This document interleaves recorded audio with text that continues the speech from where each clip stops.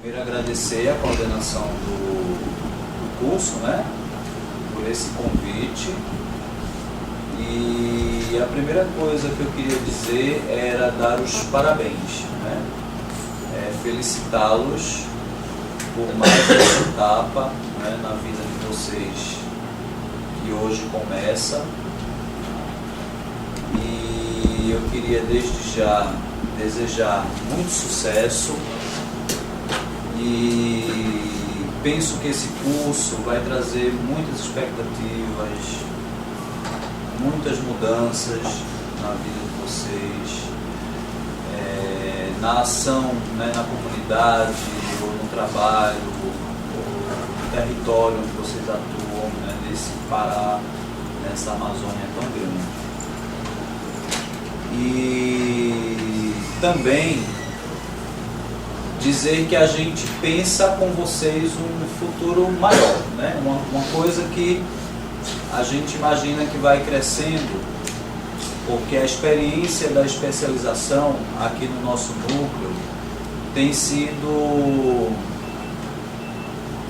de bastante alegria para todos nós, porque o ano passado, nos dois cursos que nós abrimos de especialização, tanto DAZ, né, é a sigla que a gente escolheu para o curso de vocês, que tem toda uma história que ao longo do curso vocês vão entender, e também o curso AGIS, né, que está mais na intervenção e na extensão rural.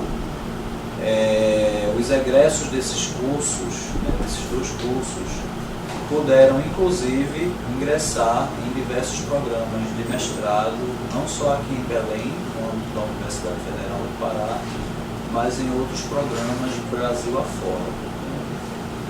Então a gente entende que a oportunidade da especialização, para além de trazer uma formação, né, de recursos humanos dentro dessa perspectiva da agricultura familiar, da questão ambiental, né, do campesinato no meio rural aqui na Amazônia, traz também essa perspectiva de estimular em vocês uma continuidade nesse processo de formação e de atuação junto a esses atores do campo. Para isso a gente deseja que vocês aproveitem ao máximo, né, esse curso. Eu vou ser professor de vocês também, assim como Sônia, Soraya e Laura. A gente trabalha também na expectativa de aprender muito com o que vocês vão trazer de novo, né, das experiências, dos diversos lugares de onde vocês estão chegando. Certamente a gente vai trabalhar numa dinâmica dialógica, onde a gente vai ensinar um pouquinho, mas também a gente vai aprender muito com as experiências que vocês vão trazer, né, para a gente, seja no movimento social, seja da atividade profissional que alguns já desenvolvem, seja nos conflitos, né, que existem nos territórios onde vocês estão inseridos. Certamente vai enriquecer, né, a nossa atuação enquanto docente, enquanto pesquisador. Uma outra coisa importante, né, e que eu queria desde já dizer, que vocês não desistam do curso, pelo amor de Deus, né, porque esse curso ele é muito especial para todos nós, porque é fruto de um trabalho arrojado, né, desenvolvido por um grupo, encabeçado principalmente pela professora Sônia e Laura, que tem se debruçado cotidianamente nesse curso, de oferecer o máximo, né, nesse processo formativo, dessa trajetória que vocês estão dando continuidade, né? Já fizeram a graduação, agora estão aqui fazendo um curso lá no Censo, né? E quem sabe ano que vem poderão ingressar no programa de mestrado. Tá? Então, queria dizer que o núcleo e o nosso programa de pós-graduação estão de portas abertas para recebê-los. Sintam-se todos e todas em casa, né? Sintam-se todos à vontade, né, para essa família que é o NEAF. Tá? Não se sintam acuados em perguntar, em questionar, em procurar saber coisas, dúvidas, né? Estaremos sempre postos a acolhê-los, a ajudar nesse processo formativo, tá? Então eu queria desejar tudo de bom para vocês, muito sucesso e que vocês brilhem, tá? Nesse curso de especialização que está começando hoje. E desejo um futuro maravilhoso para cada um de vocês, tá bom?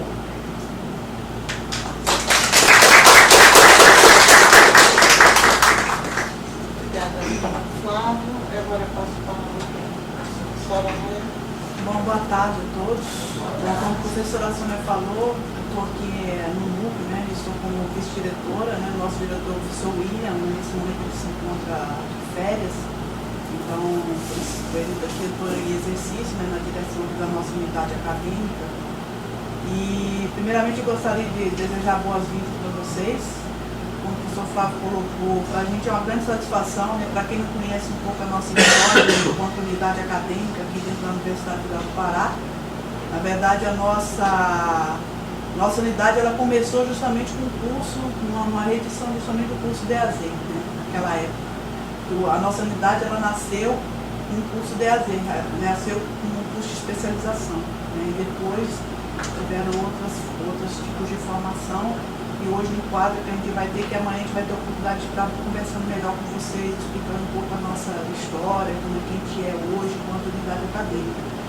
Então, assim, tendo hoje mais uma turma aqui, né, nessa versão do DAZ, para a gente é uma grande satisfação enquanto unidade acadêmica, né, que temos aí os cursos de mestrado, na qual o professor Flávio é um dos coordenadores, nós também temos um outro curso de pós-graduação, que é a ciência animal, também que pertence ao Instituto de Agrárias.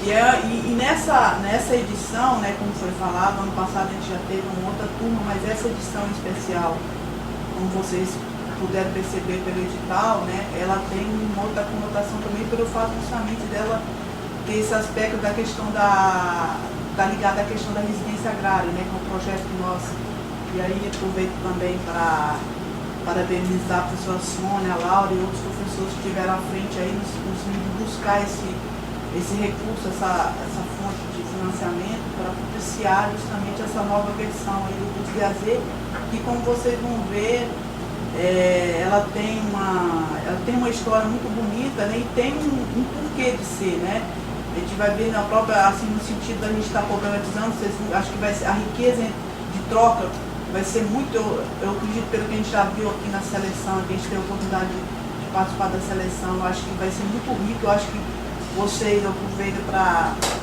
dizer, né, então vocês aproveitarem isso, porque não é em qualquer momento que você tem a oportunidade de colocar junto, né, em uma sala de aula, um espaço educativo, em outros momentos não vai ser só sala de aula, evidentemente, vai ser outros, tem essa conotação também, né, de vocês ter a possibilidade de conversar, de fazer intercâmbio com outros colegas que atuam no nível das comunidades que são diversas aqui, como vocês vão poder se conhecer melhor depois. E isso eu acho que a gente tem que aproveitar muito, né? E como foi colocado aqui pelo professor Flávio, essa troca ela é importante não só entre nós, né, como entre vocês também. Eu acho que isso vai ser muito rico no final. E a gente, enquanto núcleo, a gente deseja justamente isso, né? Que nesse aspecto vocês possam cada vez mais estar aprimorando e eu sei que muitos de vocês, cada um cria uma expectativa em relação quando entra em qualquer tipo de curso, cria-se uma expectativa, né? Eu espero que essa expectativa ao final, né, ela possa ser, de acordo com cada um, com a realidade de cada um, ela possa ser atendida, né? Evidentemente aqui a gente tem cada um com sua forma de trabalhar, de locais, de comunidade, desejo, a gente viu muitas nas entrevistas, né, eu queria isso, queria aquilo, então a gente vê muito isso. Então aproveita essa oportunidade e enquanto direção aqui dessa unidade, a gente se coloca totalmente à disposição, né? Os professores que estão encabeçando este curso sabem disso, mas para vocês também, alunos, a nossa unidade aqui, vocês vão observar que ela é bastante enxuta, né, no ponto de vista de estrutura física e mesmo de corpo docente, mas a gente é muito acolhedor, vocês podem ter certeza. Nós somos pequenos, mas somos e Então vocês ficam à vontade, a direção fica logo ali na entrada, quando vocês, à direita, quando vocês entrarem. E a gente se coloca à disposição para qualquer tipo de necessidade dentro do que a gente possa atender com vocês. Eu também vou ter o prazer de estar com vocês enquanto docente, discutindo aí com vocês algumas questões, com os outros colegas também. E estar podendo conhecer também um pouco a realidade de cada um de vocês a partir do momento que a gente for lá para os tempos, que a gente chama de tempo comunidade, né? Que esse curso prevê na sua estrutura pedagógica. Né? Então, assim, mais uma vez, queria parabenizar e desejar então que vocês sejam bem-vindos e aproveitem bastante esse momento que a gente vai passar aqui junto, né? Construindo esse curso junto. Que pra gente, a cada vez que a gente tem uma nova edição, na verdade, a gente sempre está construindo, reconstruindo e construindo esse conjunto. E a gente conta com vocês nessa construção, tá certo? Obrigada. Obrigada, professora Soraya. E antes de iniciarmos a aula inaugural, eu gostaria de falar só um pouquinho com vocês. E queria começar com uma frase do Paulo Freire, que eu acho muito interessante e que, de uma forma ou de outra, ela está na raiz da iniciativa do DAZ agora. E eu quero crer que também no DAZ de 20 anos atrás. A frase é a seguinte: o que é mesmo a minha neutralidade, senão uma maneira cômoda, ou talvez hipócrita, de esconder minha opção ou meu medo de acusar a injustiça? Lavar as mãos em face da opressão é reforçar o poder do opressor, é optar por ele. Então, a ideia desse curso com esse fundamento, é de provocar uma reflexão que tenha consequências cada vez melhores não apenas para nós, mas sobretudo para a nossa sociedade e mais especialmente aos nossos camponeses, né, aqui na Amazônia e no estado do Pará. Como tanto o professor Flávio como a professora Soraya falaram, o Núcleo de Ciências Agrárias, né, e Desenvolvimento Rural, que é esse NCADR, já acumula quase 2 décadas de investimento nas ciências agrárias e demais disciplinas aplicadas ao tema do desenvolvimento rural e da agricultura familiar na Amazônia. Se a gente pudesse resumir a história do núcleo, a gente diria que é uma história voltada para a reforma agrária, que se inicia lá no final dos anos 80 e voltada não apenas para a reforma agrária, mas para o fortalecimento da agricultura familiar. E o que distingue esse grupo e esse núcleo aqui dos demais núcleos que também existem na universidade, que trabalham com temas similares, é exatamente essa inserção local. Esse é um grupo que tem em sua prática uma aliança entre a teoria e a prática. Ambos caminham de forma a que a produção acadêmica científica seja voltada para a compreensão da realidade, mas também para aprender com essa realidade. E por isso todas as suas atividades são, em tese, ancoradas na relação com as organizações sociais, mas também com as famílias, com as comunidades. Além disso, não sei se vocês sabem, mas foi o Núcleo de Ciências Agrárias, especialmente a professora Laura, foi a coordenadora da primeira experiência de Pronera na Amazônia. Ela vai falar depois para vocês aí, mas em 2004 a 2006, ela coordenou o primeiro projeto piloto nacional de residência agrária. Então foi um desafio enorme a gente agora resolver enfrentar esse curso, e eu agradeço muito a ela a experiência que ela tem e e que vem me passando em todas as discussões que nós temos tido. Então, após 20 anos e após quase 10 anos do primeiro Residência Agrária, a gente oferece esse curso, né, que é uma proposta muito contextualizada. É o segundo ano após a retomada, então houve uma edição no ano passado, 2012 e 2013.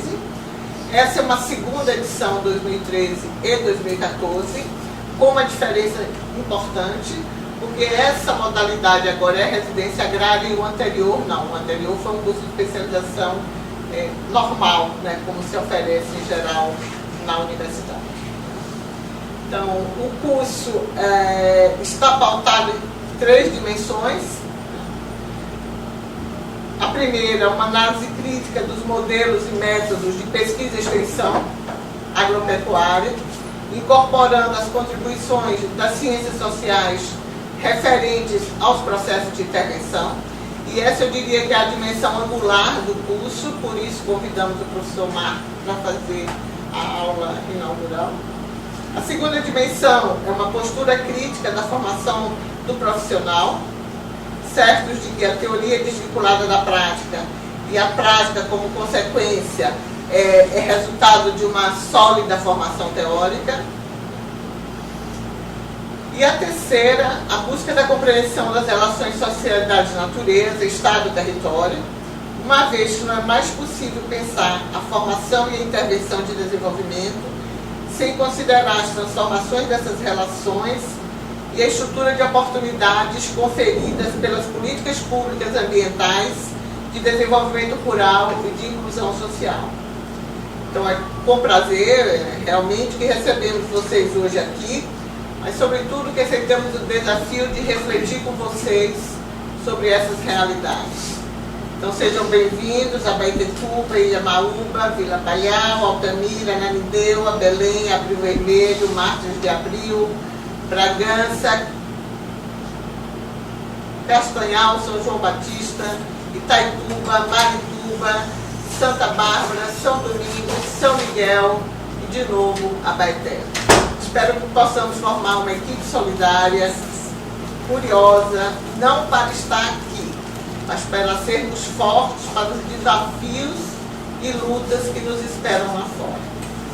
E para finalizar, eu vou, de novo, me utilizar das palavras de um outro pensador, que é Dom Pedro Casaldáliga, talvez vocês conheçam, que é um bispo de São Félix do Araguaia. E ele diz o seguinte, é uma frase que eu ouvi há mais de 20 anos e sempre, quando eu vim para a Amazônia, e que sempre eu me lembro dela quando começo algum curso ou quando chega alguém jovem ou muito novo perto aqui na Amazônia. Ele dizia o seguinte: quem fica na floresta um dia quer escrever uma enciclopédia. E quem passa 5 anos fica em silêncio para perceber o quanto é profunda e complexa a sua dimensão. Então, eu espero que a gente não saia em silêncio, mas que a gente esteja aqui para refletir com calma e com cautela sobre os desafios que nos esperam. Bom, pessoal, para me apresentar rapidamente, eu faço parte de uma instituição francesa que se chama CIRAD, que é um Centro de Cooperação Internacional para a Pesquisa para o Desenvolvimento.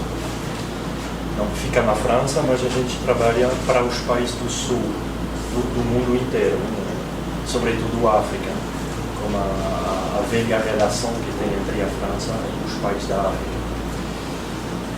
Mas a gente tem uma cooperação com o Brasil há hoje mais de 35 anos, no início com a Embrapa, e depois de mais ou menos 15, 20 anos, mais com as universidades. A gente trabalha muito justamente a questão das intervenções sociais, né, das intervenções para fortalecer, para promover o desenvolvimento sustentável. Então voltarei um pouco nisso. E na minha experiência, né, eu passei alguns anos, 6 anos na África. Eu trabalhei no Senegal, sobretudo, mas fiz muito trabalho na África. E faz 7 anos que estou aqui no Brasil. Passei 6 anos no semiárido brasileiro, no estado da Paraíba, na Federal de Campina Grande, na pós-graduação em Sociologia Rural. E faz 2 anos que estou aqui como professor visitante aqui no núcleo e como pesquisador visitante também da Embrapa. Estou trabalhando na área do desenvolvimento territorial. Quer dizer, é mais focalizado sobre a questão do fortalecimento da agricultura familiar. Então, quer dizer que são todas as coisas dos diagnósticos. Entender o que está acontecendo hoje com a agricultura familiar, com as grandes dinâmicas territoriais, as mudanças, né, que estão acontecendo a diferentes níveis de organização, do município, de estados. Segunda coisa, eu trabalho bastante a coisa da governança territorial, tudo o que tem a ver, a gente voltará rapidamente nisso, o que tem a ver com o funcionamento dos territórios. Desculpe, estou um pouco, mas normalmente vai funcionar. Espere.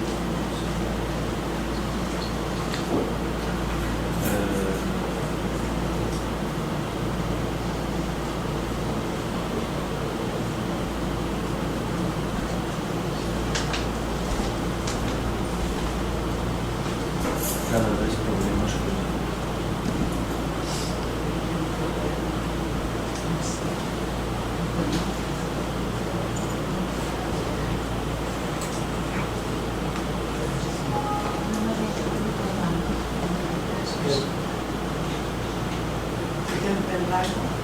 não, justamente, eu não coloquei no pendrive, mas vai funcionar.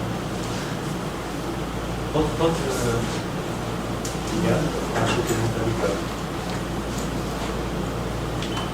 Então, como a questão eu falava da organização das comunidades, organização dos municípios, organização dos territórios, tudo isso.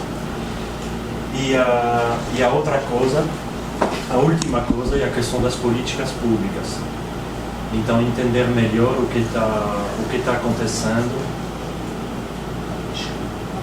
com o que está acontecendo então nas políticas públicas para o fortalecimento da agricultura familiar.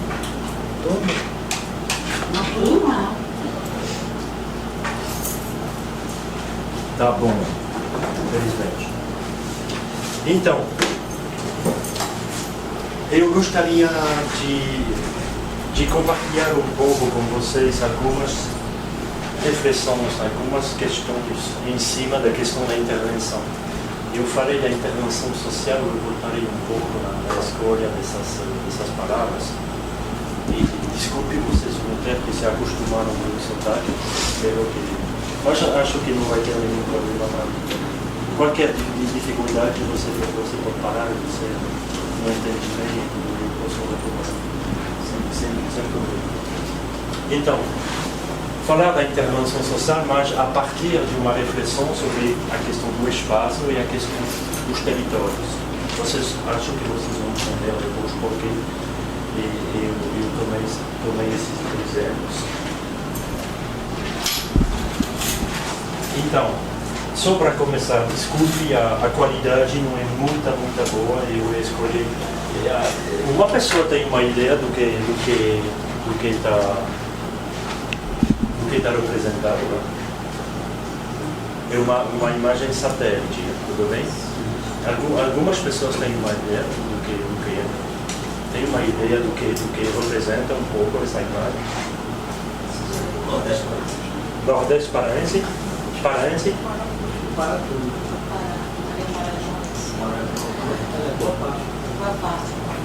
Ok. Tá bom. Exatamente. E o Pará. O estado do Pará. Porque de fato a gente tem aqui Marajó. Marajó. Bom, a gente não está percebendo aqui muito bem, mas toda a região de Belém, a gente tem o Rio Amazonas, com toda a região de Santarém. Eu vou passar na seguinte, para que seja mais fácil. Talvez seja um pouco... Não, tudo bem. Um pouco melhor aqui. E a mesma coisa, sabe?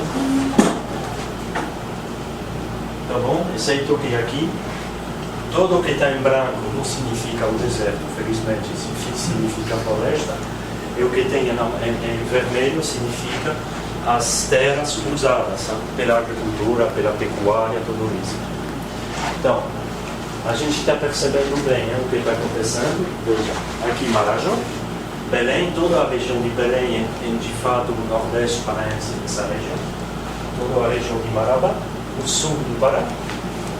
A gente tem toda a região de Altamira aqui, a barragem do Rui aqui, toda a região, a estrada da Transamazônica, tudo bem? E aqui a BR-163. Então, por que estou passando isso? Porque para se dizer que a gente tem aqui em frente o estado do Pará, e a gente está percebendo que de fato o uso desse espaço ele está bastante diferente, não é? Você viu toda essa região? Está quase completamente vermelho. E aqui, branco, quer dizer, uma floresta com certeza com comunidades, não quer dizer que não existe ninguém, pelo contrário.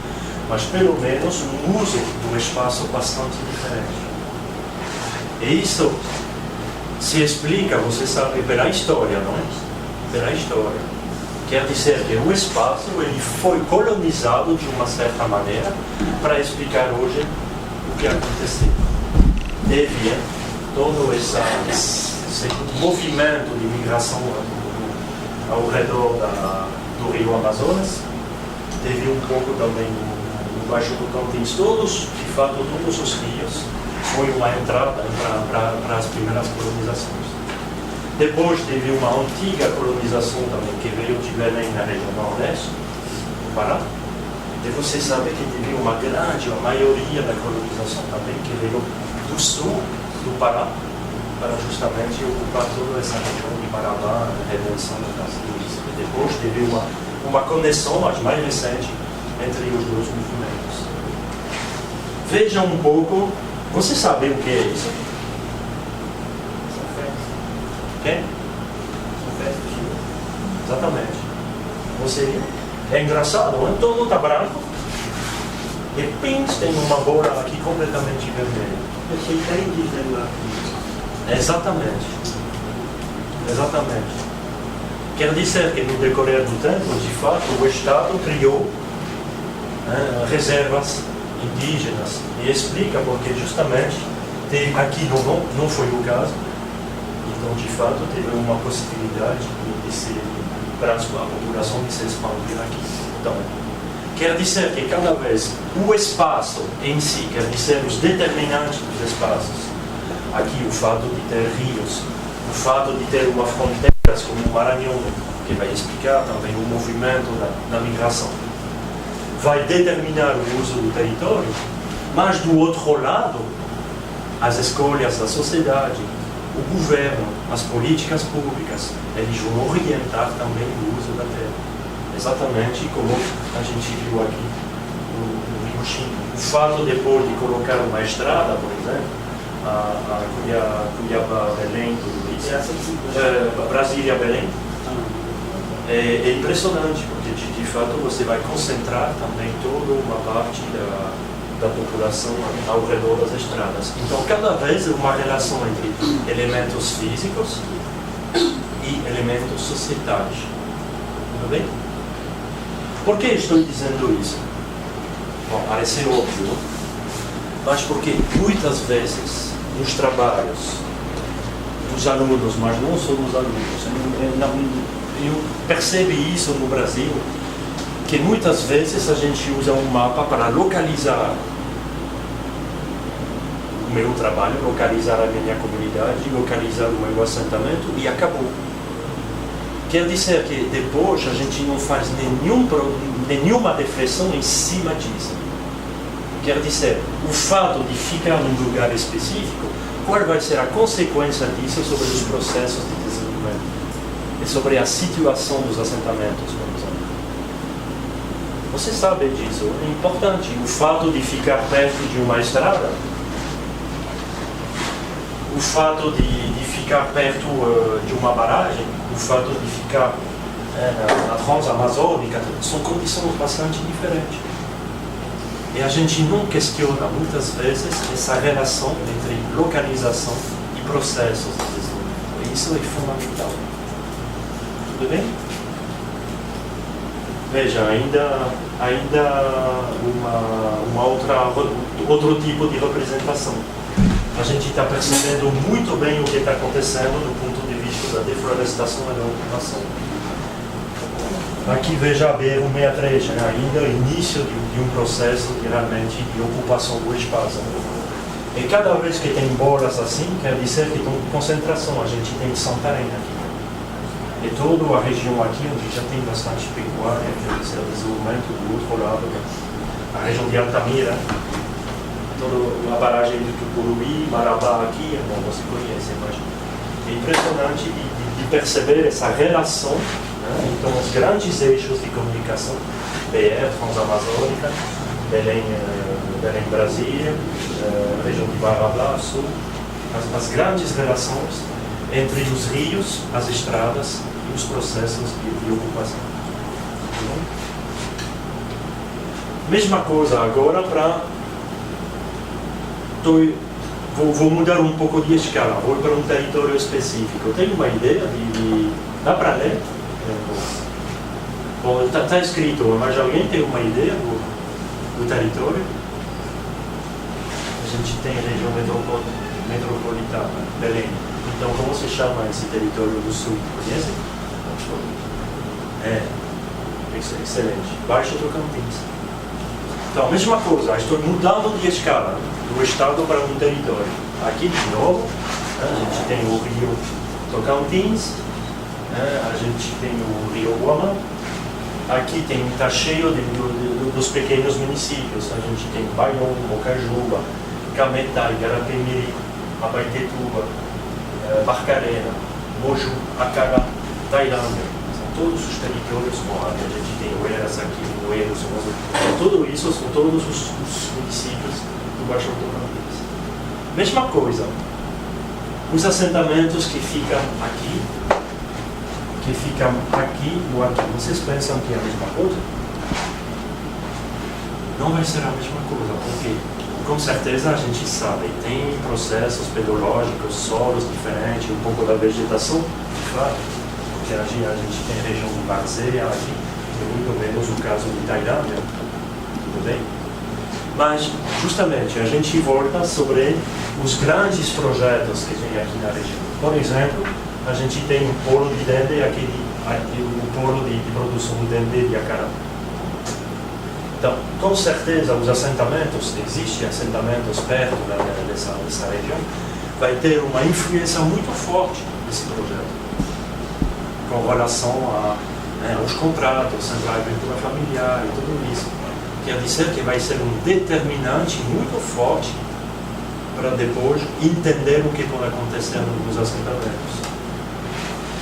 Por exemplo, aqui na Abaetetuba, vai ter outras coisas, outras lógicas. Abaetetuba, como Barcarena, sabe, tem muitas indústrias, já são polos urbanos maiores. Tem muitos problemas de tráfico de drogas na região. Tem compras de terras também, um pouco para o dendê, mas também para os fazendeiros, para a pecuária, para uma fazenda de repolho, para a pecuária. Eu acho que... Tudo bem? Então, tem uma pressão fundiária também bastante forte, mas para outra razão, toda a pecuária que vem de lá vai ficar um pouco nessas fazendas antes de sair de barco. Então, mesma coisa aqui em outras regiões, você sabe, a gente tem a barragem de Tuburi, então tem muitos problemas aqui na região, as populações afetadas pela barragem. Então, quer dizer que, em relação à localização, os grandes processos que vão justamente orientar as estratégias das pessoas, o que está acontecendo, os assentados, e então as propostas para o desenvolvimento, elas vão ser dependentes da localização. Não só, com certeza, a gente vai voltar nisso. Mas vocês deveriam, então, de vez em quando, se questionar sobre isso. Cada um mora, eu acho, num assentamento, então acho importante, muitas vezes, de se dizer, o meu assentamento ficou lá.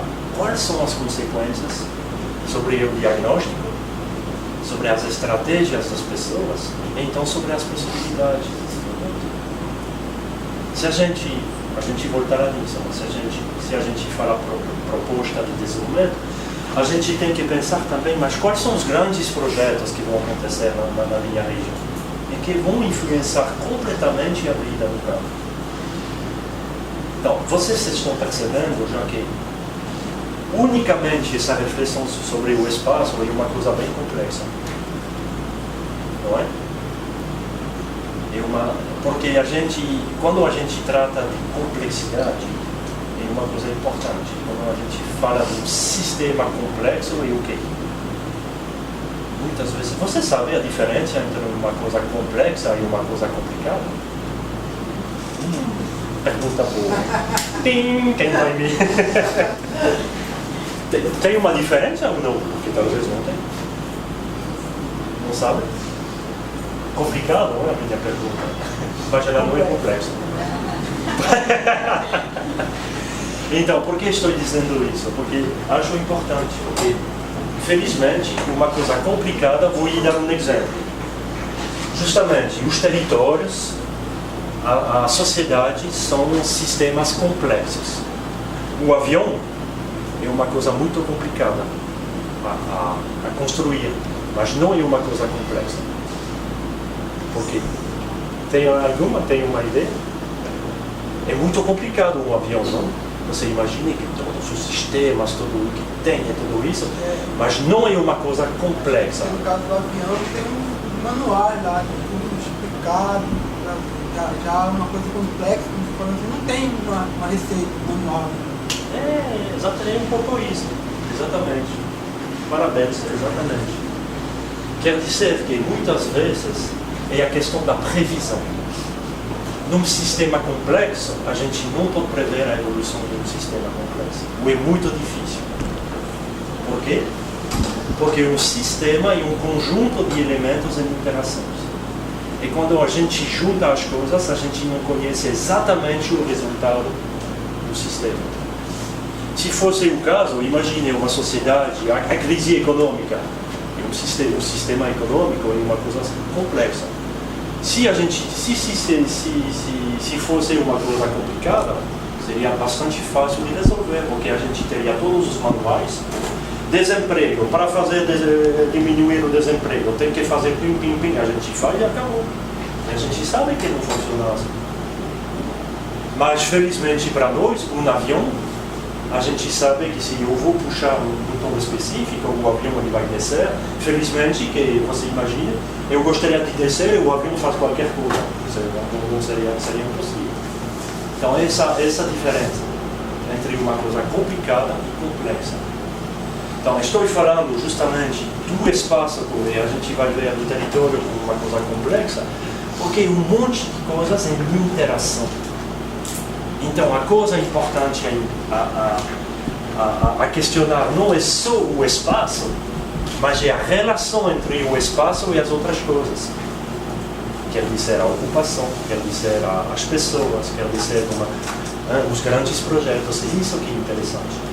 Cada vez ligar as coisas entre elas. Isso é um desafio muito grande. E vocês vão voltar, acho que tem um curso sobre o DRP, sobre o diagnóstico. Então vocês vão fazer isso com Clarissa, acho. E muitas vezes ela vai voltar nisso. Com Laura. É? Laura e Clarissa. A Laura e a Clarissa. Justamente. Então, o desafio, justamente, não é de analisar o que está acontecendo sobre recursos naturais, ponto. Depois, sobre políticas públicas, ponto. E segmentar as coisas. Não, justamente, o desafio de um diagnóstico é tentar ter uma leitura transversal a tudo isso. E não é uma coisa fácil. Mas é isso que é interessante, porque senão analisar cada uma das coisas um pouco independente das outras coisas, me parece um pouco menos interessante, sabe? Interessante. Então, Deve ser complicado. é complicado, mas quer dizer que então existem soluções para justamente aprender, sabe? E a gente vai...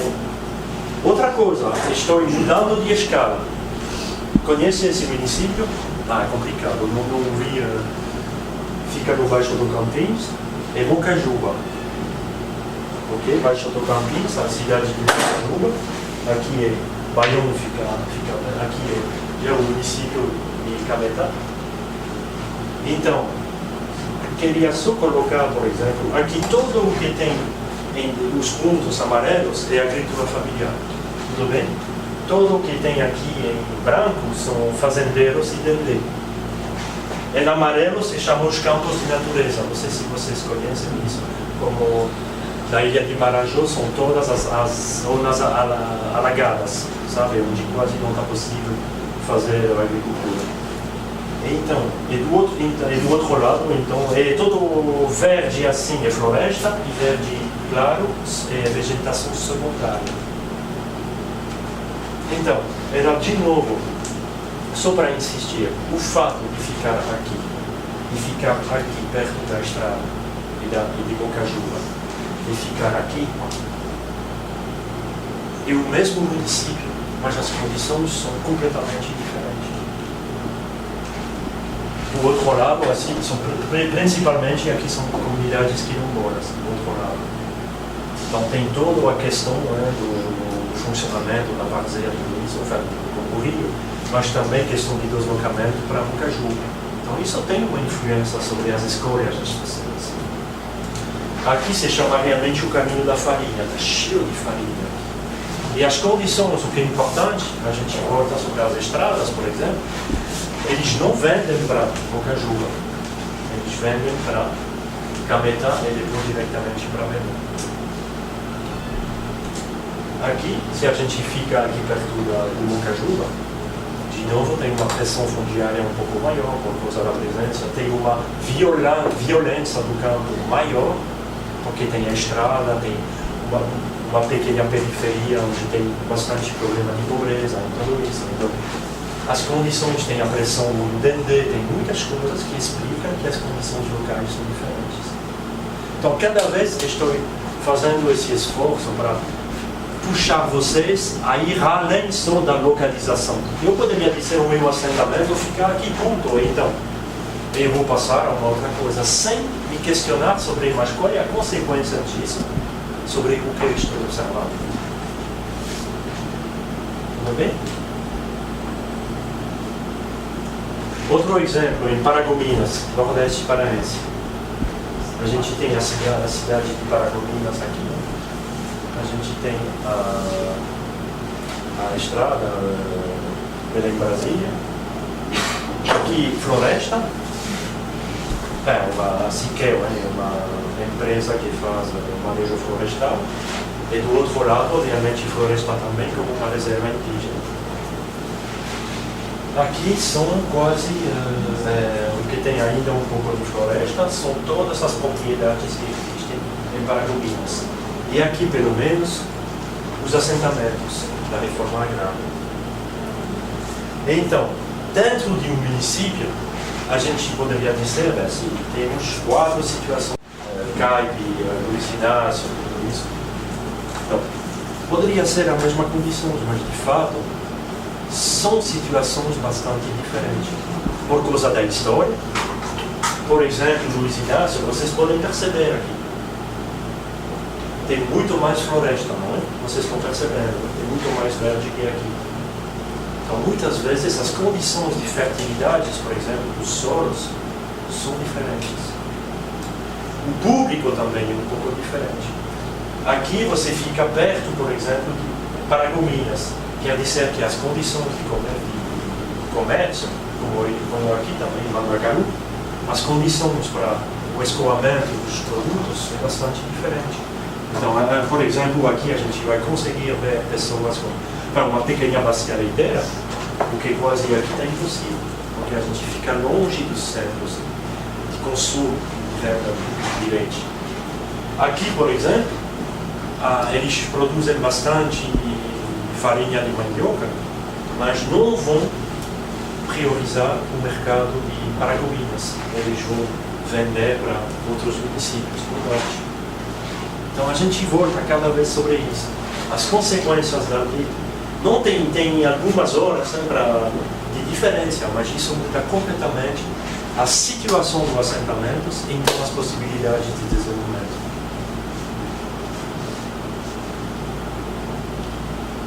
Porque aqui a gente tem um esquema desse corredor ao redor de Paragominas. Então, o peso desse centro urbano na compreensão das estratégias desses assentamentos com relação aos outros. Vou passar isso rapidamente. Então, eu coloco só um pequeno desenho assim para mostrar como se fosse uma modelização, mas uma coisa muito simples, para dizer que se eu ficar aqui são um grau de antropização e apropriação dos recursos com relação à distância aos centros urbanos. Sim? Tens uma Fica pergunta? um pouco claro quando a gente olha uma terra indígena, um assentamento de uma cidade próxima dessa história, né? Para poder chegar, porque a terra indígena a gente sabe que não tem um trabalho que eles podem fazer para não deixar o povo entrar, né? Então o assentamento muitas vezes é abandonado, deixado a população lá. E eles vendem primeiro a madeira, depois vendem a terra para fazer pecuária e madeira não entra na terra indígena. Como acontece? Não sei se lá em cima nos Tembés tem lá esse. Eu acho que isso com certeza. Eu não sei como é que é o Luiz Inácio, o assentamento. Mas a experiência que eu conheço na região de Altamira é isso, é abandonar. E aí eles vão entrando na terra indígena, porque não tem fiscalização. Não é um caso aqui. Não tem muitas entradas das pessoas do Inácio que entram pela reserva indígena. Não acontece. Mas hoje, ainda no Luiz Inácio, ainda tem recursos madeireiros. Madeira. E esse polo de Paragominas também é saiu, não? Madeireiro. Sim, com certeza. Já em um assentamento, onde já teve muito deforestação e tudo isso, então tem toda uma dinâmica municipal que está explicando isso. A gente vai voltar rapidamente nisso. Mas é verdade que só peguei alguns exemplos sobre produção, mas tu tens completamente razão. Quer dizer, a relação, por exemplo, entre um assentamento com o que tem fora do assentamento. E o que é importante não é só olhar o assentamento, mas olhar as relações entre os assentados e o que tem fora. E isso é fundamental. Localizar, mas não é só localizar, é contextualizar. É para entender uma coisa, o assentamento, eu preciso sair do assentamento, para entender o contexto de produção. Isso é fundamental no enfoque sistêmico. Então, só peguei os exemplos de exploração de madeira, produção, comercialização, mas tem muitas coisas onde justamente esse aspecto de localização vai ter consequências sobre o que está acontecendo dentro dos assentamentos. Ok? Então, era só para mostrar justamente uma modelização a partir de um centro urbano até uma reserva indígena. A gente tem grau de antropização e uma modelização, quer dizer que quase em qualquer escala a gente poderia usar essa representação. Acabei de falar de Paragominas. Paragominas, agricultura periurbana, já os assentamentos, a reserva indígena. Eu poderia usar para também o Estado comparar. A partir de Belém até as reservas da Altamira e tudo isso, a gente tem zonas específicas que tem uma influência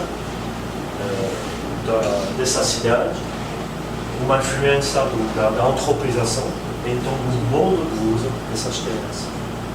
Então, e cada vez pensar mais nesse gradiente, onde é o meu assentamento? E o que quer dizer isso, do ponto de vista do diagnóstico e das propostas? Sim? E é uma diferença a gente vê claramente nas áreas de mineração e nas regiões de colônia. Então, essa questão de entender, né, entender a territorialização, entender o povo daquela região. Então, isso é importante demais. Temos experiências de assentamento em áreas de mineração e temos assentamentos. As regiões, não é isso que é importante. É numa região alta no Agreste, onde tem algumas montanhas, onde a gente tem então condições agroecológicas bastante diferentes. Só para mostrar um pouco o que tem, uma região muito bonita. Eu vou pegar, por exemplo, esses dois assentamentos. Tem um assentamento aqui, perto de uma cidade aqui, e um outro. Parece talvez um pouco complicado, mas não é para entrar realmente na situação de cada... Era sobretudo esses dois.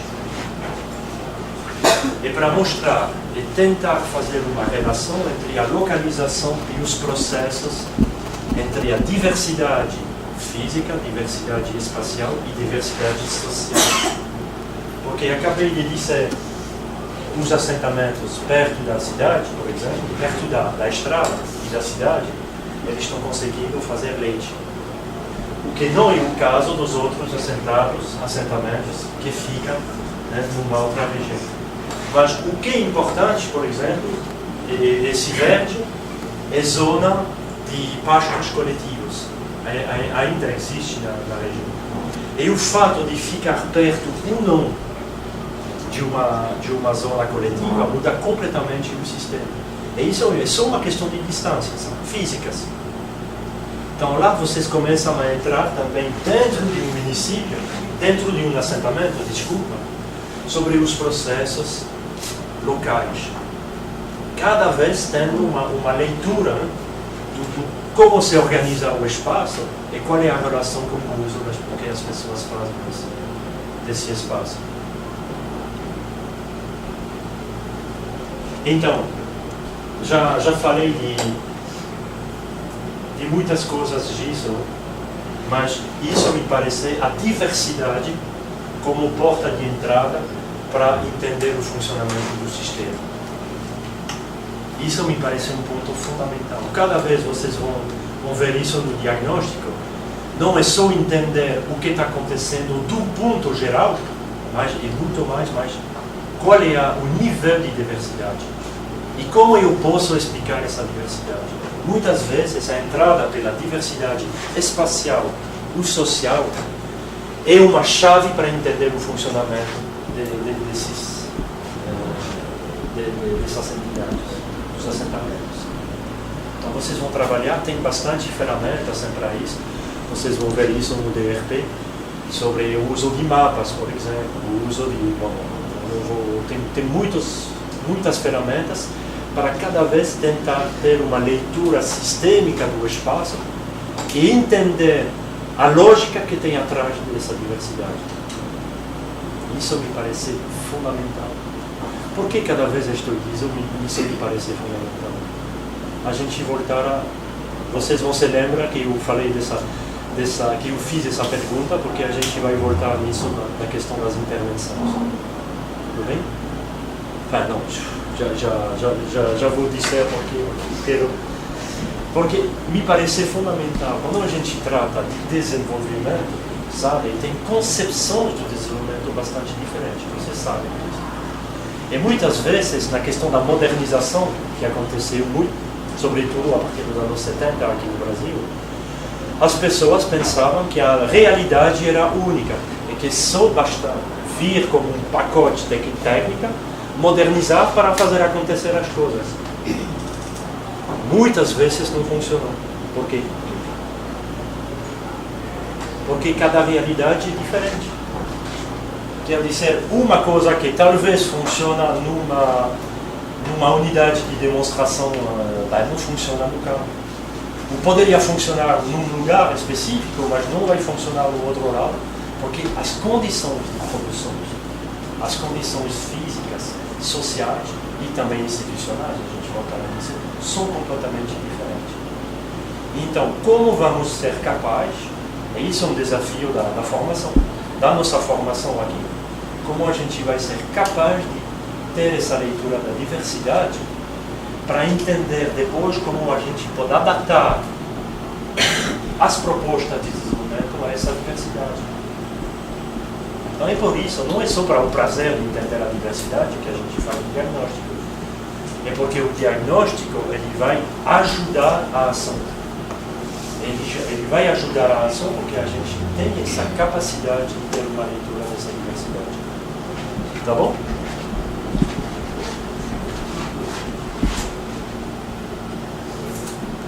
Então, vocês vão ver no DRP, a gente usou, vocês vão ver algumas ferramentas para usando mapas, né? Eu usei muito os mapas, até como agricultores que não sabiam ler e tudo isso, mas quando a gente explica, cada um tem uma representação espacial. E muitas vezes é muito interessante, porque eles têm uns saberes locais que é muito rico. Então, existem algumas ferramentas para justamente valorizar esses saberes locais. Não vou entrar aqui no detalhe, mas talvez no DRP vocês vão voltar rapidamente. Então,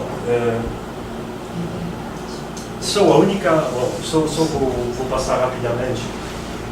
Aqui era a região de Santarém, no Baixo Amazonas, no Pará. Era para mostrar também que muitas vezes é interessante entender a trajetória do uso do espaço. Não trabalhar só a situação de hoje, mas entender o que aconteceu no decorrer do tempo. Para entender justamente as lógicas. E a gente, por exemplo, na região de Santarém, primeiro teve então culturas temporárias, teve criação de pasto a partir dos anos 40. Depois, nos anos 70, 90, teve uma consolidação da criação dos pastos, teve construção já de estrada, teve criação de reservas aqui em Bezexa, perto da região de Santarém. Depois, de novo, grandes processos de construção de reserva e também de terras indígenas. E depois, no final, toda a criação a partir dos anos 2000 dos assentamentos. E a gente poderia fazer toda uma leitura da localização desses assentamentos para entender mais de onde vem, por que eles são colocados aqui. Quais são as diferenças entre os que são perto de Belterra, os outros que são do outro lado do rio. Não vou entrar nesse trabalho, nesses detalhes agora. Mas era mais para entender esse uso do território, ele vem de toda uma história que eu precisaria conhecer melhor. Tá bom? Para entender justamente os processos sociais e institucionais que tem atrás. Eu falo aqui de criação de reserva, de criação de reservas indígenas. Então, quando a gente fala disso, muitas vezes eu estou me referindo a um outro conceito, que é muito mais que o espaço, que é o território. E o território é fazer uma relação entre justamente o conjunto de atores que usam recursos num espaço limitado. Eu gosto dessa definição do território, porque é um pedaço de espaço por um pedaço de sociedade. E um pedaço de espaço quer dizer que muitas vezes o território ele tem um limite. Tem processos dentro do território e tem processos fora. Falar de pedaço de sociedade, de uma sociedade, não é só um conjunto de pessoas. tem processos também de organização. Eu gostaria disso. Então, muitas vezes, se a gente tem uma leitura sistêmica do território, por exemplo, das comunidades ou dos assentamentos, a gente pode usar esse enfoque territorial para qualquer tipo de escala, qualquer nível de escala. Num assentamento, entender bem essas relações entre os atores e o uso dos recursos e os processos de organização. Qual é o sistema de regulação que existe para justamente usar esses recursos? Porque o grande problema dos territórios é que esses recursos são limitados. Você sabe disso. Que seja o peixe, que seja a terra, que seja as minas, tudo isso, são recursos limitados. Então, muitas vezes, os atores eles vão se brincar entre eles, vai ter conflitos para justamente usar esses recursos. Então, não é a mesma coisa entre o espaço e o território, uma outra categoria analítica, porque lá a gente vai entender muito mais a questão da governança, da questão da gestão do espaço e da regulação social e política que existe. Então, se trata de uma coisa complementária, tudo bem?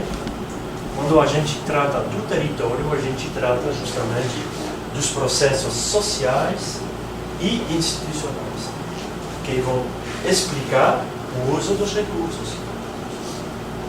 Então, tratar de um assentamento como um território é me questionar sobre a questão do poder, por exemplo. Quem tem o poder? Quais são as organizações, os dispositivos de regulação e organização social? Quais são as pessoas que mandam? Existe ou não? Tem pessoas que são fora do processo, fora do sentido de rejeitado, processos de pobreza. Isso é típico do enfoque territorial. Tudo bem? A questão do poder, da organização, das relações entre o exterior e, sobretudo, o Estado. Então, quer dizer, políticas públicas.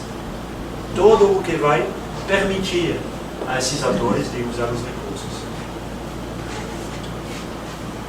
Então, por exemplo, se usar, eu vou retomar um exemplo do Baixo Tocantins, a gente poderia dizer que o território do Baixo Tocantins é um conjunto de 3 tipos de territórios.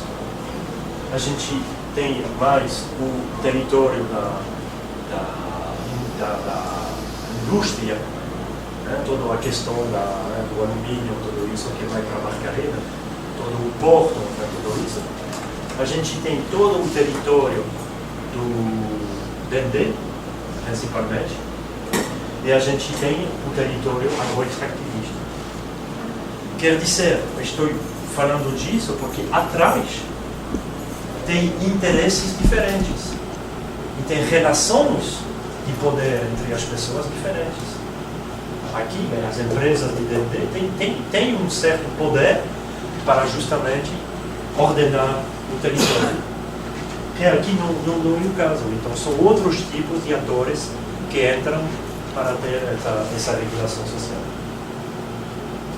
E, por exemplo, a gente poderia ter uma leitura e uma formação que eu fiz com as pessoas dos territórios da cidadania, não voltarei nisso, mas era mapear justamente os conflitos.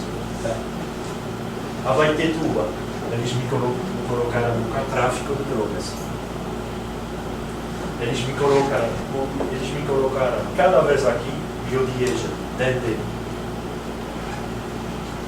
Então, quer dizer que com relação a essa geração de exemplo, mas com relação justamente à localização, a gente pode ter uma leitura também dos tipos de conflitos. Tá bom? Que é uma entrada interessante para entender o que está acontecendo nesses territórios, quais são as forças em vigor e o que está acontecendo. Agora, falei muito sobre o espaço e o território. Agora eu volto sobre uma coisa fundamental, que é a questão mais como isso pode mudar ou não a minha visão sobre a intervenção.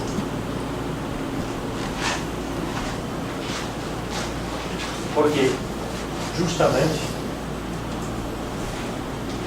eu tentei falar com você sobre a questão da diversidade, né, entender os processos de uso, o espaço, entender o território, tudo isso.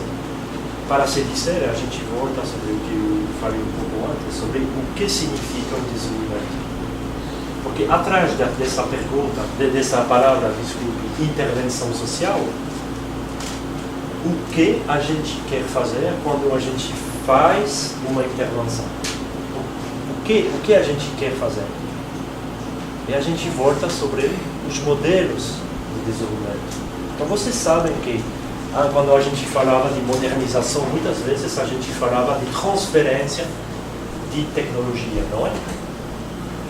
Só transferir tecnologia e vai funcionar. A situação vai melhorar. E muitas vezes tem uma outra maneira de pensar o desenvolvimento, que é fortalecer um processo de aprendizagem para justamente permitir às pessoas de se questionar sobre as realidades deles e escolher as propostas e construir propostas de desenvolvimento. Vocês estão percebendo que são duas coisas completamente diferentes. De um lado, eu penso ter a solução e eu vou fazer tudo para que os agricultores sejam capazes de apropriar-se, de adoptar-se, como a gente falava, as técnicas, as soluções. E do outro lado, tenho que construir todo um processo para ajudar as pessoas a se questionar sobre a realidade para construir propostas. E isso é a base da autonomia, exatamente. Mas são dois processos completamente diferentes. Então, se a gente trata de aprendizagem, a gente trata justamente de construir competências.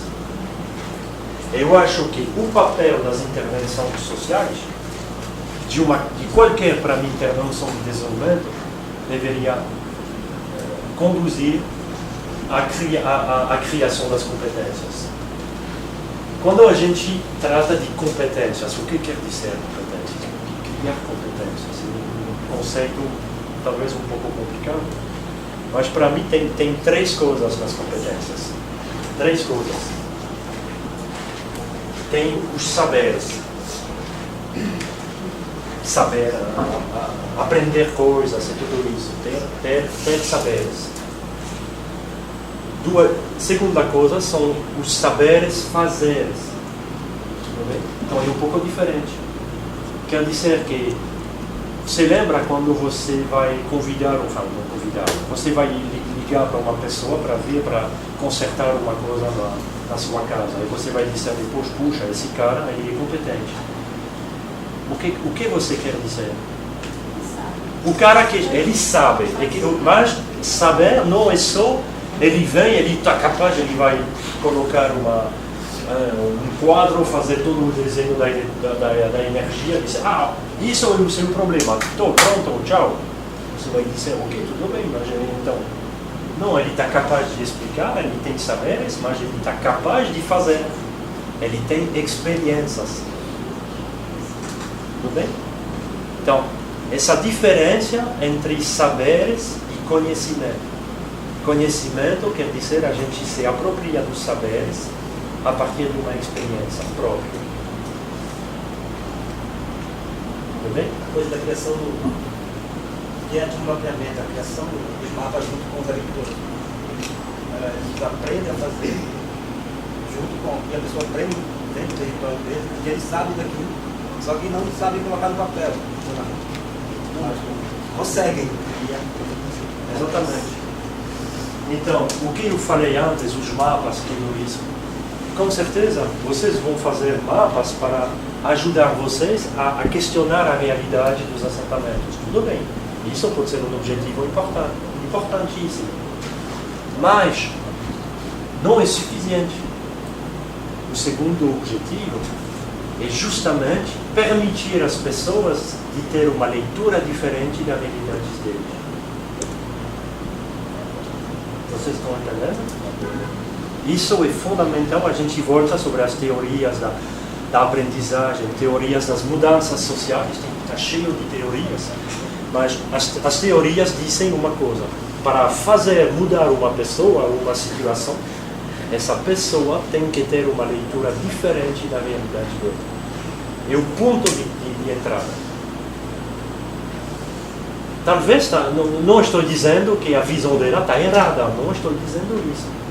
Mas muitas vezes a gente está tão acostumado com a nossa realidade que você sabe que às vezes uma pessoa que vem de fora e que tem uma visão um pouco diferente vai se dizer: puxa, nunca tinha pensado nisso. Estou vendo isso todos os dias, tem um cara que chegou que me disse isso, é verdade, não tinha pensado. Então, justamente o trabalho de diagnóstico está feito para isso. Não é para impor a minha visão, mas é para ajudar as pessoas a se questionar. Isso, pessoal, é fundamental, porque a minha postura, então, é completamente diferente. Completamente. O quê? A teoria freiriana, né? Ser sujeito da sua própria desconstruir um olhar, uma realidade para construir o outro.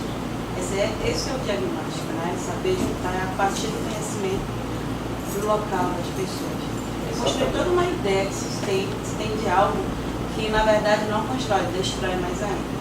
É a ideia do desenvolvimento que foi implementado, colocado pela mídia, ou seja, lá, eu acho que com o tempo a gente vai ver, que a gente adquire uma ideia de desenvolvimento que depois a gente vai ver desse olhar, desse diagnóstico, você vai ter isso mesmo, se vai beneficiar ou não, não só a comunidade, mas todos assim. Eu acho que é isso, né? Por aí.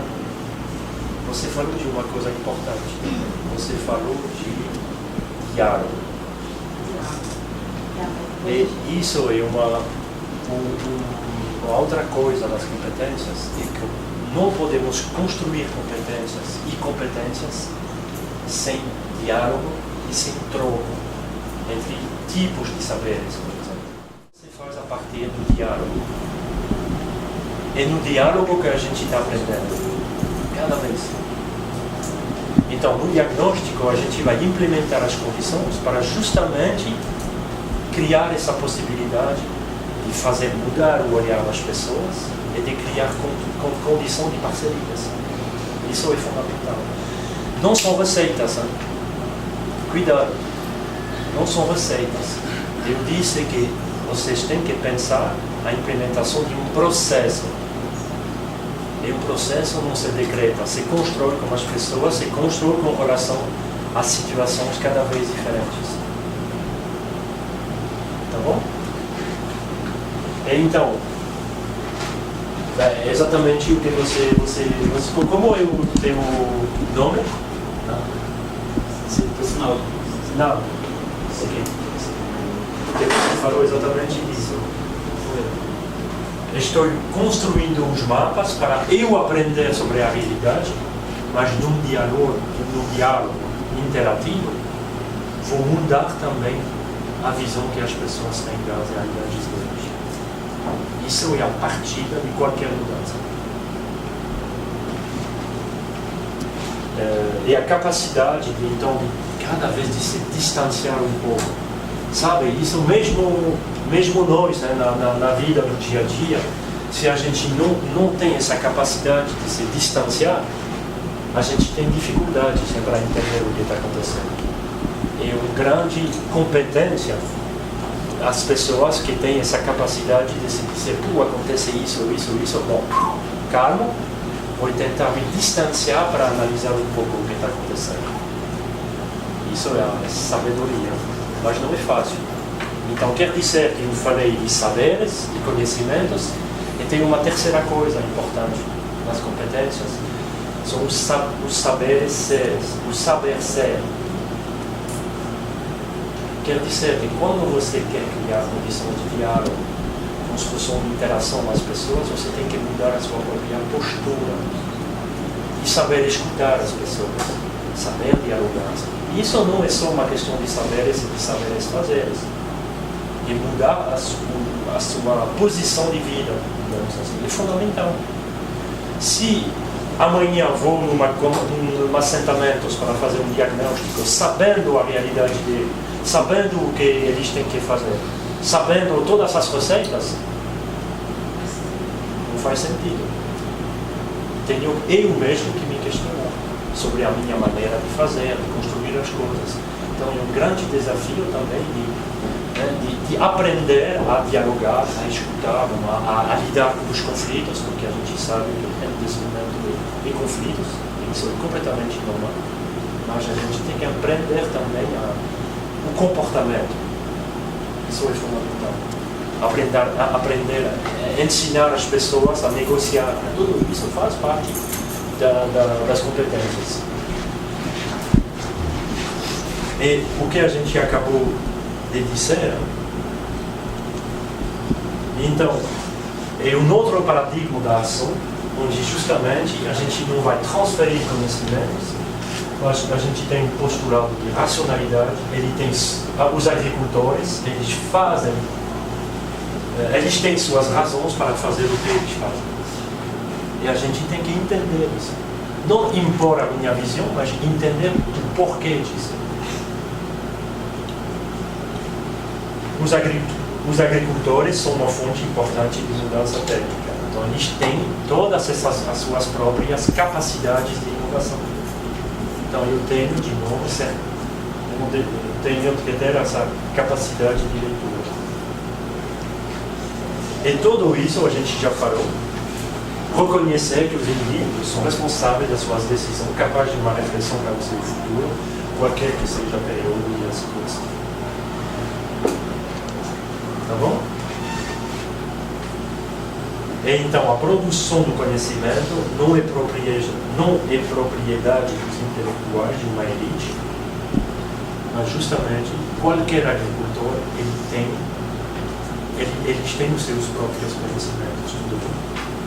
Mas justamente esse troco entre saberes locais e saberes acadêmicos que vão realmente construir conhecimentos do desenvolvimento que a gente quer.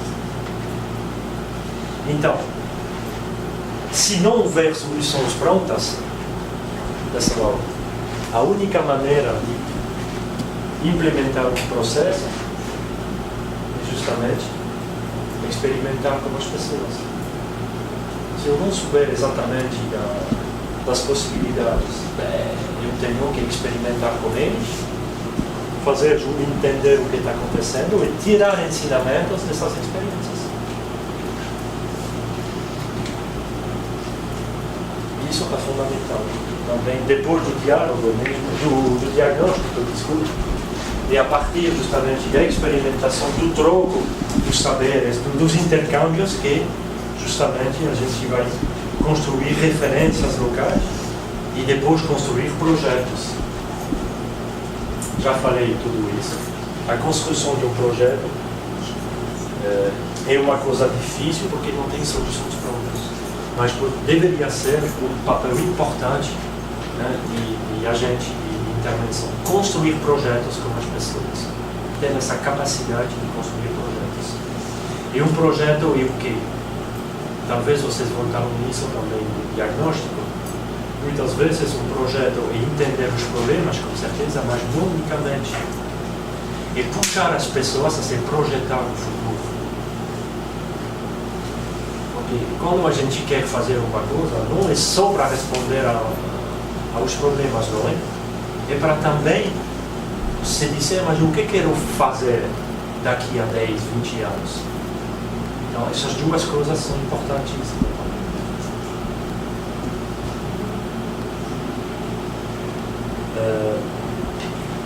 Eu falei de experimentações. Poderia ser experimentações técnicas, mas também não é suficiente. A gente talvez terei 10 minutos depois para apresentar um projeto que a gente fez no Semiárido sobre a Universidade Camponesa. E a gente mostrou que, tudo bem, era importante construir as competências, das pessoas, mas se não houver dispositivos para usar essas competências e para negociar políticas públicas, fica difícil. Então, mesmo você imagine, nos assentamentos a gente vai construir competências, mas depois, o que a gente faz com essas competências? A gente tem também uma concepção do desenvolvimento, né? Que a Amartya Sen, por exemplo, ele dizia, se a gente vai permitir às pessoas de votar, por exemplo, eu tenho esse direito, mas no dia da votação eu não tenho nenhum transporte para ir votar. Então, não tenho condições para exercer as minhas competências e meus direitos. A mesma coisa com as competências. Eu posso ter todas as competências, se depois não tenho os dispositivos para usá-los, está complicado. Então, eu tenho que, cada vez no projeto, pensar essa relação entre ação coletiva e, digamos assim, ação pública. Quer dizer, quais são os dispositivos coletivos que vão permitir aos assentados realmente de ser representados, de negociar políticas públicas e de exercer realmente os direitos deles. Isso é fundamental. Então, são experimentações também institucionais e não são técnicas. Não terei o tempo, mas eu trabalhei bastante também na questão da transição agroecológica no semiárido. Cada vez foi esse mesmo processo.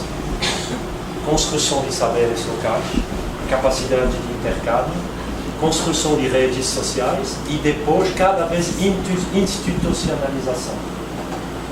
Com os sindicatos, a capacidade realmente de construir representação, dispositivos e tudo isso.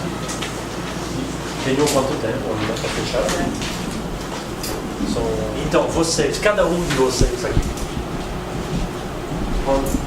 como na mesa de abertura, a gente falou, qual vai ser a sua missão como profissional?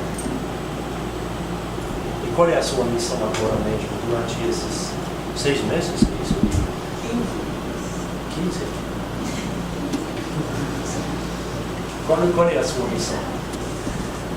Então, muitas vezes, quando a gente fala disso, a gente está falando dos valores que a gente tem. A filosofia, quando a gente fala da missão, para mim, é a filosofia da ação. Estava falando, mas fazer um diagnóstico para o que? É só para entender? É só para impor a minha visão? Ou é para implementar o processo? Eu falei disso, você lembra? Falei da postura, da minha postura em frente disso. Então, estou provocando um pouco vocês, porque tem que ter uma reflexão em cima disso. O que vocês querem fazer? Vocês são capazes realmente, ou vocês são certos da relevância do que eu estou dizendo sobre a implementação de um processo? E muitas vezes tem pessoas que concordam com isso, mas nas práticas fazem completamente diferente. Isso acontece também às vezes. Porque, como você diz, depende da concepção, da minha postura, da minha concepção. Se eu tenho o meu projeto de sociedade é diferente do seu, você pode falar, né? Mas se o meu projeto é outro, né? Eu posso querer maquiar as coisas, mas está dentro de mim enraizado um projeto diferente. Né? Então, se esse projeto ele é para o desenvolvimento também, que está dentro da concepção da mudança, da transformação social, felicidade do povo, do campo, né, no caso, aí sim, agora se meu projeto não é esse, aí eu não posso fazer nada, né? Eu vou ter que mudar e ver a mudança de postura. Eu tenho que ter o compromisso de mudar a minha postura em prol do desenvolvimento de um povo, né, junto com eles nessa transformação social, né, não para o meu mundo, né, o mundo que eu quero, se fosse clara, né? Capital, consumir, enfim, tudo mais, né? Como você se chama? Como? Theo? Ok, obrigado. Eu sei. Só queria dizer uma coisa. eu concordo contigo, justamente você falou de uma coisa importante, é a minha concepção, mas o que é importante é saber entender a concepção do outro. A base é isso, o diálogo cada vez, porque muitas vezes eu tenho meus próprios pressupostos e mesmo os meus pressupostos eu poderia me enganar. Então a riqueza muitas vezes ela vem do diálogo. Mesmo sendo eu tenho os meus valores, né? Não estou falando disso que a gente tem que trocar todos os dias de valores, pelo contrário. Mas pelo menos eu tenho cada vez que questionar os meus pressupostos. Mas eu falo da minha concepção enquanto membro do território, enquanto vem de lá que conhece, não é eu levar uma concepção, querer que aquele território, né, mas é do território, partir do território que eu pertenço.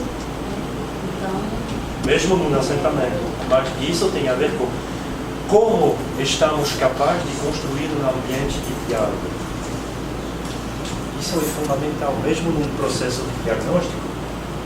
O diagnóstico faz parte, já é um processo de intervenção do diagnóstico, porque já acabei de falar que isso ia ajudar as pessoas a entender de uma maneira um pouco diferente as realidades deles, tudo isso. Então já é o início de uma intervenção. Então, como você disse, criar as condições de diálogo, de debate é uma coisa fundamental.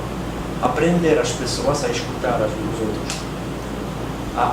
Mas não é só escutar, depois criar as condições de um debate.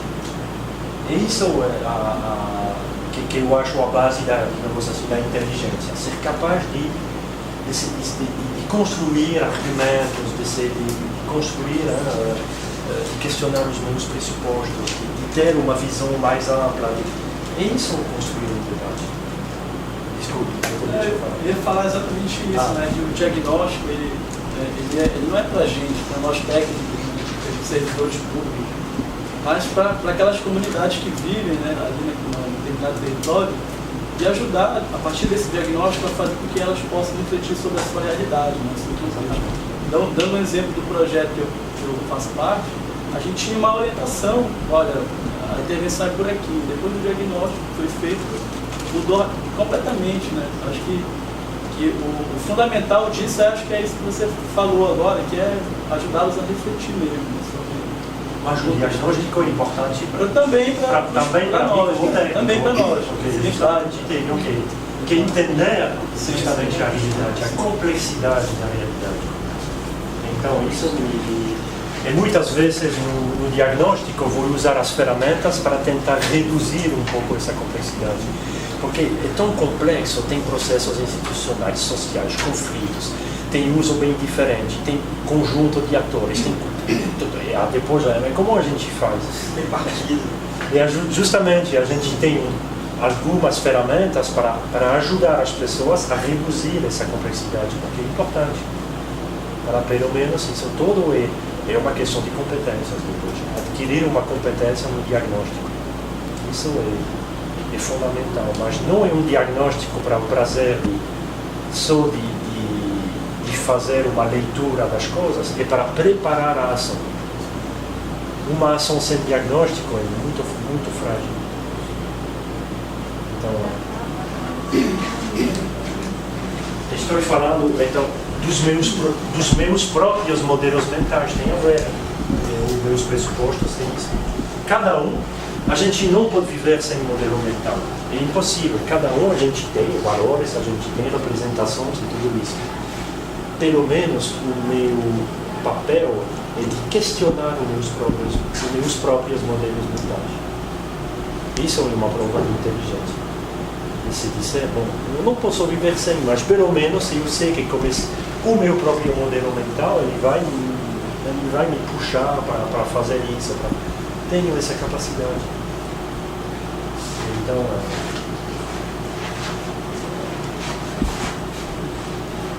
bom, rapidamente, em 10 minutinhos, a Universidade Popular Camponesa foi a mesma, eu acho porque mais ou menos o mesmo sentido. É um processo de empoderamento para melhorar a capacidade dos atores para controlar a evolução das normas. Então, foi 2 experiências, Campina Grande e perto de Petrolina, no semiárido. A gente já falou de tudo isso, mudar o olhar das pessoas. Reconhecer-se para conhecer. Reconhecer-se para conhecer. Isso é questão do resgate da identidade camponesa. Foi muito impressionante na região do semiárido, onde as condições são realmente difíceis, realmente. Muitas vezes as pessoas são completamente desvalorizadas. Elas não creem no futuro. Então, como a gente pode pensar, construir competências e construir projetos se a gente pensa que não tem futuro? É complicado. Então, muitas vezes a gente tem, talvez, que justamente ter um olhar diferente para se dizer, mas talvez a nossa vida, a nossa identidade camponesa, ela tem muitas riquezas, muitos recursos que nós possamos usar justamente para conhecer uma nova realidade e para construir projetos novos. Uma pedagogia problematizadora, não consigo. Problematizar é isso, quando a gente faz problematizar as coisas e ter essa capacidade de se distanciar, de questionar os processos. E a partir disso, de se dizer, mas qual é realmente o problema e como eu vou conseguir achar estratégias para responder a esses problemas. Promoção do diálogo, já falei, entre saberes e fazeres e co-construção de conhecimentos. E foi um pouco todo um processo pedagógico onde a gente tinha cada vez ter uma leitura, desculpe ficar em francês, mas descobrir a realidade local. Justamente, ter uma outra leitura sobre a minha realidade do dia a dia. Descobrir para entender, a partir de algumas ferramentas, dos saberes acadêmicos, que é usar ferramentas que sejam de diagnóstico, sobre o uso dos recursos naturais aqui da Caatinga, para justamente entender o que está acontecendo, quais são os processos físicos, sociais, o que está acontecendo, entender e descobrir a minha realidade, para depois conceber projetos. Então, a partir disso, eu desejo um processo pedagógico onde a gente partilha cada vez dessas realidades, ferramentas para ter capacidade de uma outra leitura, desenvolver competências para construir projetos. Então, eu falei de capacitação dos atores, de debate, de produção de referências quer dizer, de modelos, digamos assim, sociotécnicos para ter referências para atuação, para atuar, para agir. É cada vez uma experimentação. Então, instrumentos teóricos, metodológicos para a população rural ser atora do seu conhecimento, analisar, problematizar, experimentar, avaliar, propor. Então, eu poderia deixar algumas coisas sobre essa experiência, mas era uma riqueza cada vez sobre justamente a formação e a importância da Universidade Camponesa, mas depois o que a gente fez na cidade de Petrolina é pensar como a gente vai usar essas competências dentro de um processo de desenvolvimento territorial. Então, como uma agência para construir projetos e dentro de um fórum onde a gente está debatendo com a população sobre o diagnóstico e sobre as propostas, e a gente mesmo até consegue construir com os prefeitos um consórcio intermunicipal para justamente ter meios institucionais, para ter recursos específicos e ter apoios políticos. Então, ter competências, mas pensar um processo para usar essas competências num território específico. Então, com dispositivos políticos, até dispositivos políticos, para justamente orientar diferente as escolhas de desenvolvimento.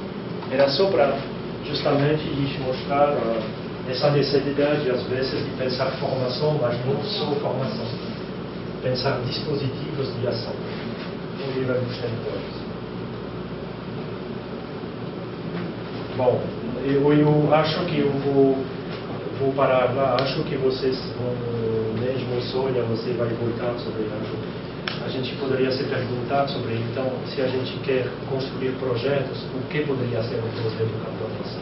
Mas a gente já falou de muitas coisas entre nós, sobre a questão da autonomia, da responsabilidade, você sabe disso, os laços de solidariedade. Então, sobre, acho, um projeto mais a nível... Quando a gente trata de projeto, também é um modelo técnico, social. Para mim, a agroecologia é isso mesmo.